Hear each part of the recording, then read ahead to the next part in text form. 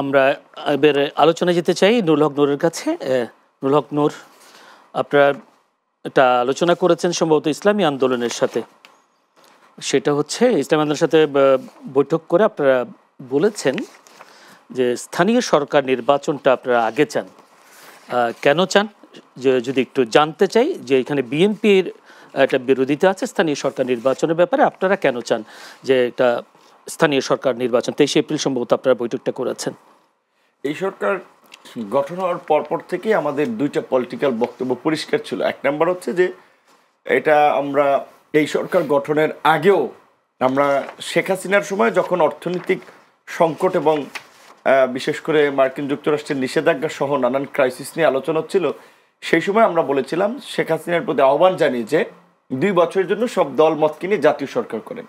তো সেটা তারা করে নাই, কারণ তারা তো একদলীয় শাসন কায়েম করার জন্যই ইন্ডিয়ান এজেন্ডা নিয়ে এখানে কাজ করেছে।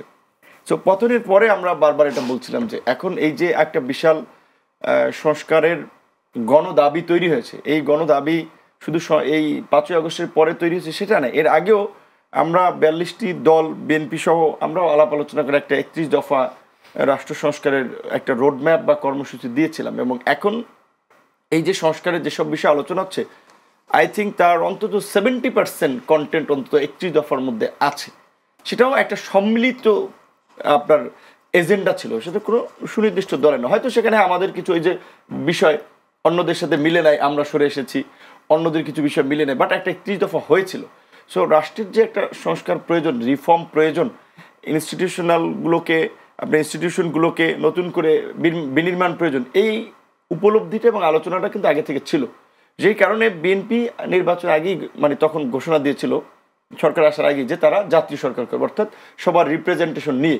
তো আমরা এই সরকার যখন শুরুর দিকে গঠিত তখন আমরা পরিষ্কারভাবেই বলেছিলাম যে এটাকে এই জাতীয় সরকার করা দরকার, জাতীয় ঐক্যমত্যের সরকার করা দরকার এই সংস্কার এবং রাষ্ট্রকে একটা সঠিক ট্র্যাকে তোলার জন্য।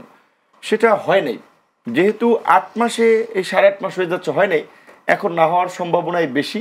এবং আমার কাছে যতদূর ব্যক্তিগত অনেক উপদেষ্টাদের আলাপ আলোচনা কিংবা অনেকের বিষয়গুলো, যেটা এই সরকারের লোকেরা রাজনীতিবিদদেরকে সাথে নিয়ে কাজ করাটা কমফোর্টেবল ফিল করতেছে না, মানে রাজনীতিবিদদেরকে একটু সাইডে রেখেই তারা কাজ করতে চাচ্ছে, ভালো যার যার সেট আপ নিয়ে শেষে কাজ করতে চাচ্ছে, তাহলে জাতীয় সরকার হচ্ছে না। তখন আমরা শুরু থেকে বলে আসছিলাম যে এই বিগত বিতর্কিত নির্বাচনের, স্থানীয় নির্বাচনে যারা ভোট ডাকাতি করে বসেছে এগুলোকে আউট করা দরকার, সেটা সরকার করেছে। তাহলে ওইখান থেকে তাদেরকে অপসারণ করার ফলে এই যে আপনার, যদিও সারা দেশের ইউনিয়ন পরিষদে আবার সেটা করা হয় নাই, একটা করা হয়েছে, একটা করা নেই, পৌরসভা করা হয়েছে, সিটি করা হয়েছে, উপজেলা করা হয়েছে, এইভাবে কিছু করা হয়েছে।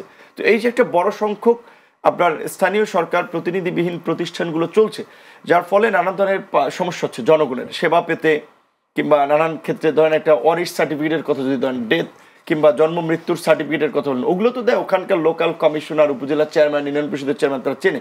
সেটা না থাকার ফলে আমলারা ওই তাদের সরকারি কাজের পাশাপাশি ওই কাজ করাটা তাদের জন্য ডিফিকাল্ট হয়ে যাচ্ছে। এলাকার অলিগলি অনেকে চেনে না, সেটাও একটা ঝামেলা। সেই জায়গা থেকে আমরা শুরু থেকে বলে আসছিলাম যদি জাতীয় নির্বাচন ডিলে হয় তাহলে স্থানীয় নির্বাচন আপনারা দেন। এখন যেটা বলছিলেন যে জামাত সহ অন্য সব রাজনৈতিক দল দেখলাম কাছাকাছি সেম লাইনে, জানুয়ারি জামাত বলেছে তারা একটা এসিড টেস্ট নিতে চায় নির্বাচন কমিশনের। আপনারা কি এসিড টেস্ট নিতে চাচ্ছেন নাকি যে পুলিশ প্রশাসন এখন আছে সেই পুলিশ প্রশাসন দিয়ে আপনার এই নির্বাচন করাটা সম্ভব কিনা? আপনি আমরাও মনে করছিলাম যে ধরেন এইটা একটা ঐতিহাসিক মানে মুহূর্ত বাংলাদেশের জন্য, একটা ঐতিহাসিক সময় অনেক দিক থেকে বিবেচনা করলি। সো এই সময়ের নির্বাচনটা কেমন হবে সেটার উপরে বাংলাদেশের আগামীর গণতন্ত্র সম্ভাবনা অনেক কিছু নির্ভর করে। সেজন্য আমরা বলছিলাম এখনকার প্রশাসনের মধ্যে যে মনোভাব আমি দেখতে পাচ্ছি, কিছু ক্ষেত্রে পুরানো দলদাস মনোভাব কিছু কিছু অফিসারদের মধ্যে দেখতে পাচ্ছি, যেখানে আমরা বলেছিলাম যে ওই তাদের পরিণতি হারুন বেনজিরদের মতো হবে। সেক্ষেত্রে আমার মনে হয় অ্যাসিড টেস্ট কিংবা প্রশাসনের ফিটনেস দেখার জন্য হলেও স্থানীয় পুরো নির্বাচন না হলেও কিছু ফেজের ইলেকশন করা যেতে পারে, তাহলে প্রশাসনের সক্ষমতাটা, ইলেকশন কমিশনের সক্ষমতাটা কিছুটা বোঝা যেতে পারে। কিন্তু সেটার জন্য তো অবশ্যই অন্যান্য দলগুলোকে নিয়ে একটা আলাপ আলোচনায় মানে একটা সিদ্ধান্তে পৌঁছতে পারেন। যদি রুমিন ফারহানা, আপনি কি মনে করেন যে আসলে এই নির্বাচন কমিশনের সদিচ্ছা সক্ষমতা পরীক্ষা করবার জন্য জামায়াত চায় স্থানীয় সরকার নির্বাচন, যদি বলি গণ অধিকার পরিষদ নির্বাচন চাই? আপনারা বারবার বলছেন যে এই প্রশাসন দিয়ে যদি স্থানীয় সরকার নির্বাচন করা হয়, আপনাদের অনেক নেতা বলেছেন যে রক্তপাত হতে পারে। তো সেক্ষেত্রে আসলে বিএনপি এখান থেকে সরে আসবে জনগণের কথা বিবেচনা করে, নাকি একই জায়গায় অনড় থাকবে? আপনি আমাকে বলেন তো, নির্বাচন কমিশনের সক্ষমতা স্থানীয় সরকার নির্বাচন দিয়ে কিভাবে টেস্ট হবে?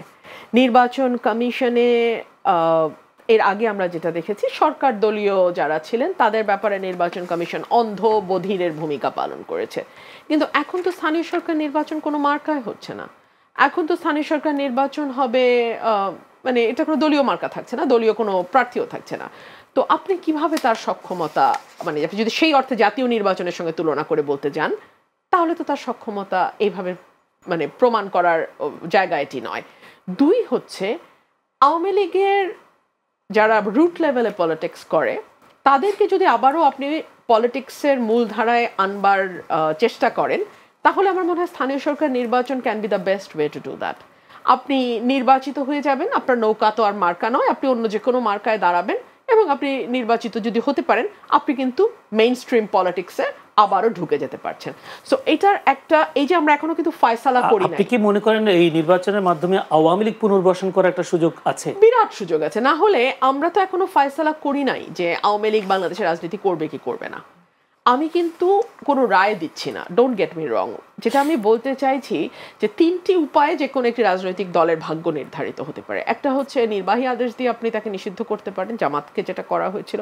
একটি হতে পারে আইনি প্রক্রিয়া অনুসরণ করে, একটি হতে পারে জনগণে গণভোট নিয়ে আপনি জনরায় নিলেন।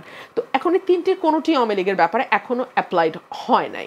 সো আপনি রুট লেভেলে এই ধরনের নির্বাচন, স্থানীয় সরকার নির্বাচনের মাধ্যমে যেটা হবে সেটা হলো আওয়ামী লীগের রুট লেভেলের কর্মীরা কিন্তু আবারও একটা শক্ত খুঁটির মধ্যে দাঁড়িয়ে যাবে।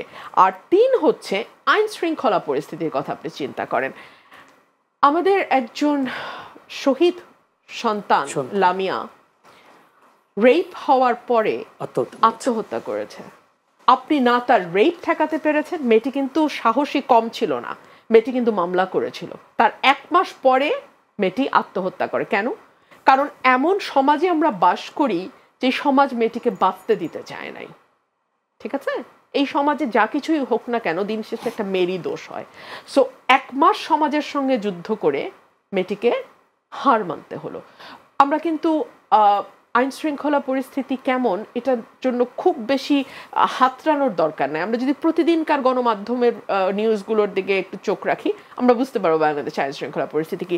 2 দিন আগে একজন ভদ্র মহিলা তিনি দাঁড়িয়েছিলেন, তাকে সহ গাড়ি ব্যাগ স্ন্যাচ করার সময় তাকে সহ গাড়ি চালানো হয়েছে।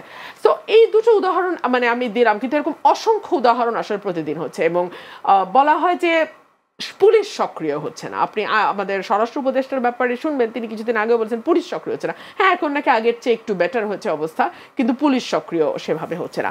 তো আপনি কি করে গ্যারান্টি দেবেন যে যখন লোকাল ইলেকশন হতে যাবে, এই মুহূর্তে কোনো নির্বাচিত সরকারও ক্ষমতায় নাই এবং কোনো রাজনৈতিক দলও ক্ষমতায় নাই। সো একেবারে রুট লেভেলে যখন রক্তারক্তি বা মারামারি হবে, কোনো দল কিন্তু দায়িত্ব নেবে না। কেন নেবে? কারণ তারা তো ক্ষমতায় নাই।